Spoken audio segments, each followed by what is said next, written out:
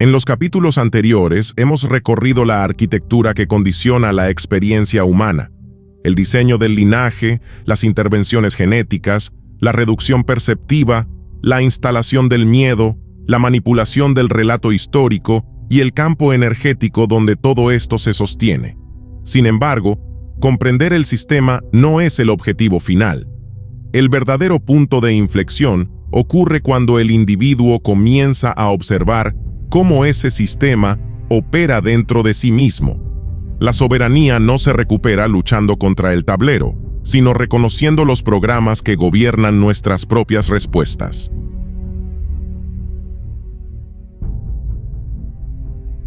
El descubrimiento del personaje.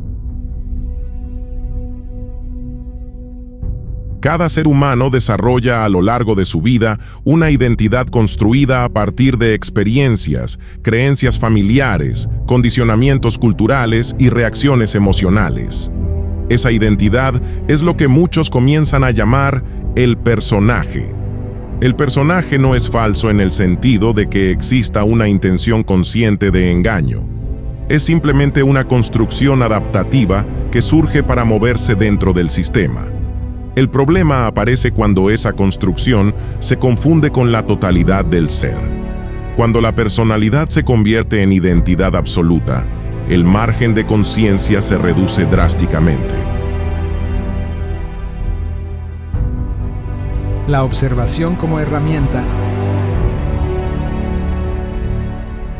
La primera grieta en el automatismo aparece cuando el individuo comienza a observar sus propias reacciones.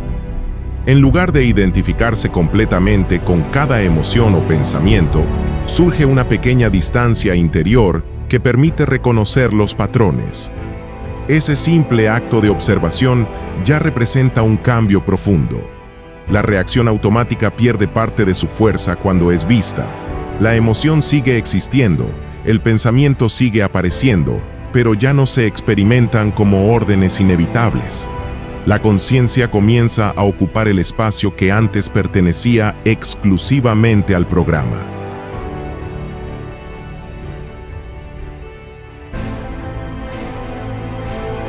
El reconocimiento de las programaciones.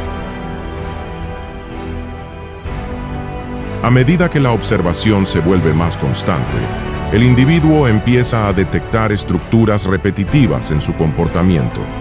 Miedos que se activan ante situaciones similares, creencias heredadas que condicionan decisiones importantes, narrativas internas que limitan las posibilidades percibidas.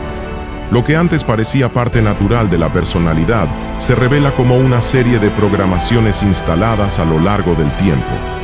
Reconocer esas programaciones no implica negarlas ni combatirlas violentamente. Significa comprender que no definen la esencia del ser.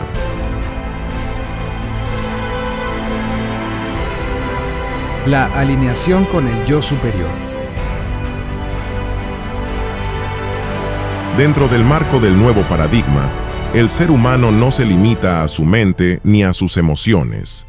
Existe una dimensión de conciencia más amplia que observa la experiencia encarnada desde un nivel superior.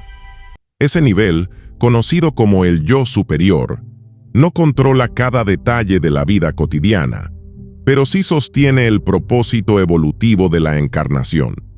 Cuando la personalidad comienza a reconocer su naturaleza programada, se abre la posibilidad de alinearse con esa instancia más amplia.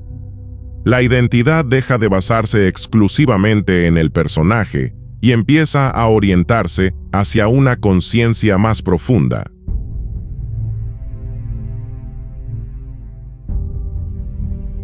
La coherencia como forma de soberanía. Recuperar soberanía no significa escapar del sistema de un día para otro. Significa comenzar a actuar desde coherencia interior en medio de ese sistema. Cada decisión tomada desde observación consciente debilita ligeramente los automatismos. Cada momento en que la persona responde desde discernimiento en lugar de reacción, amplía el margen de libertad disponible. La soberanía no se impone, se construye paso a paso mediante coherencia entre pensamiento, emoción y acción.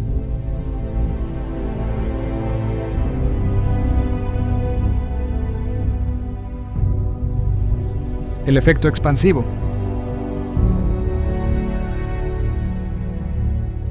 Cuando una persona inicia este proceso, el cambio parece exclusivamente interno. Sin embargo, la conciencia individual nunca existe completamente aislada del campo colectivo. Cada individuo que recupera parte de su soberanía modifica ligeramente la frecuencia del entorno. Las relaciones cambian, las dinámicas sociales se transforman y nuevas posibilidades comienzan a emerger. La transformación colectiva siempre empieza como transformación individual.